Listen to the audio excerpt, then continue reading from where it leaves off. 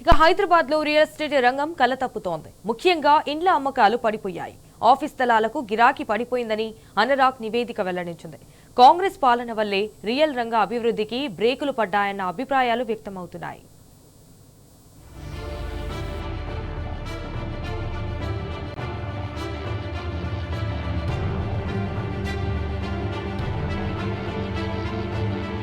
Hyderabad real estate రంగం మందగమనం దిశగా వెళ్తోంది. భారతీయ ప్రధాన రియల్ ఎస్టేట్ శుక్రవారం విడుదల చేసిన గణాంకాలే ఇందుకు నిదర్శనం. తెలంగాణ రాష్ట్రం ఆవిర్భవించిన దగ్గర నుంచి దాదాపు 10 ఏళ్ల పాటు పరుగులు పెట్టిన ఇక్కడి నిర్మాణ రంగం గత కొంతకాలంగా కలతప్పింది. ముఖ్యంగా రాష్ట్రంలో అధికారం మారినప్పటి నుంచి నెలకొన్న పరిణామాలు ఇండ్ల కొనుగోళ్లకు బ్రేకులు వేశాయన్న అభిప్రాయాలు వ్యక్తమవుతున్నాయి. గత ప్రభుత్వ నిర్ణయాలు రియల్టీని ఉత్సాహపరిస్తే ప్రస్తుతం మాత్రం ఆ రకమైన ప్రోత్సాహం కరువైందన్న ఆవేదన మెజారిటీ రియల్టర్లలో కనిపిస్తుండటం గమనార్హం.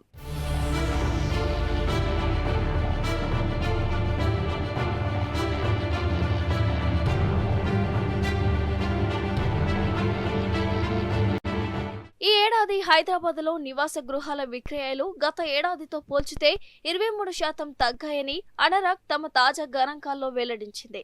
దేశవ్యాప్తంగా 7 ప్రధాన నగరాల్లో ఇండ్ల అమ్మకాల తీరుతెన్నులపై అనరాగ్ నివేదికను తీసుకొచ్చింది.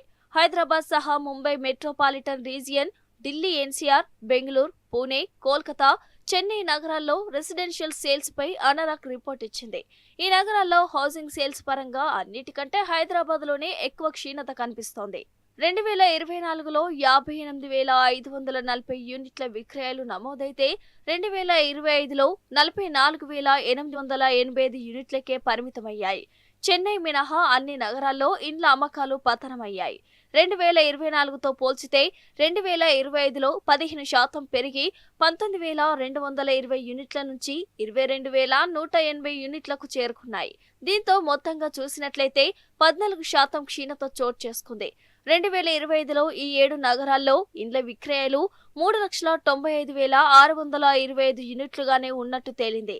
2024లో 4,59,645 యూనిట్లుగా ఉన్నాయి. కాగా అధిక ధరలు, ఐటీ తదితర రంగాల్లో ఉద్యోగుల తొలగింపులతో తగ్గిన డిమాండ్, భౌగోళిక రాజకీయ ఉద్రిక్తతలు, ఆర్థిక అనిశ్చిత పరిస్థితులు ఇందుకు కారణమంటూ మార్కెట్ సరళిని అనరాగ్ విశ్లేషించింది. అయితే పెరిగిన రేట్ల దృష్ట్యా విలువ పరంగా అమ్మకాలు 6% పెరిగి 6 లక్షల కోట్లకు చేరాయన్నది. నిరుడు 5.68 లక్షల కోట్లే. అలాగే ఈ 7 నగరాల్లో ఇంటి ధర సగటున 8% ఎగిసినట్టు పేర్కొంది. సరిగ్గా ఏడాది క్రితం చదరపు అడుగు 8,590 పలికితే ఇప్పుడు 9,260గా ఉన్నట్టు అనరాగ్ నివేదికలో తెలియజేసింది.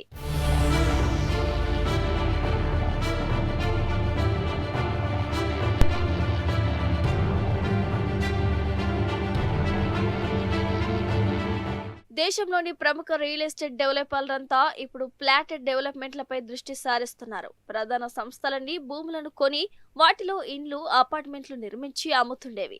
అయితే ఇప్పుడు బడా సంస్థలు సైతం పెద్ద ఎత్తున భూములను కొని వాటిని చిన్న చిన్న ప్లాట్లుగా మార్చి అన్ని సదుపాయాలు కల్పించి విక్రయానికి పెడుతున్నాయి. DLF, Godrej properties, Brigade, Prestige, Puravankara, Mahindra life spaces, Rustomjee తదితర ప్రధాన రియల్ ఎస్టేట్ కంపెనీలు ఇలాంటి ట్రెండ్ ని అనుసరిస్తున్నాయి. హైదరాబాద్ సహా బెంగళూరు, చెన్నై, గురుగ్రామ్, ముంబై మెట్రోపాలిటన్ రీజియన్ పరిసర ప్రాంతాల్లో ఎక్కువగా వెంచర్లను తీసుకొస్తున్నాయి. హైదరాబాద్ మరికొన్ని నగరాల్లోనైతే ఎక్కువ డిమాండ్ కనిపిస్తున్నాయి. కాగా జైపూర్, సోనిపట్, ఇండోర్, నాగ్పూర్, కోయంబత్తూర్, మైసూర్, సూరత్, రాయ్పూర్ వంటి కొన్ని ద్వితీయ శ్రేణి నగరాల్లోనూ ఈ తరహా మార్కెటింగ్ ఊపందుకుంటుండడం విశేషం. నిర్మాణ ప్రాజెక్టులతో ఆదాయం అందుకోవడానికి 4 నుంచి 6 ఏళ్లు పడుతుందని, ప్లాటెడ్ ప్రాజెక్టులతో 2 నుంచి 3 ఏళ్లలోనే వ్యాపారం చేసుకుంటున్నామని ఇండస్ట్రీ వర్గాలు చెబుతున్నాయి. కరోనా తర్వాత ప్రవాస భారతీయులు పెట్టుబడులు పెట్టడానికి ఆసక్తి కనబరుస్తుండటం, ఇండిపెండెంట్ హౌస్లకు డిమాండ్లు కూడా కంపెనీలను ఈ ప్లాట్ల బిజినెస్ వైపునకు నడిపిస్తుంది.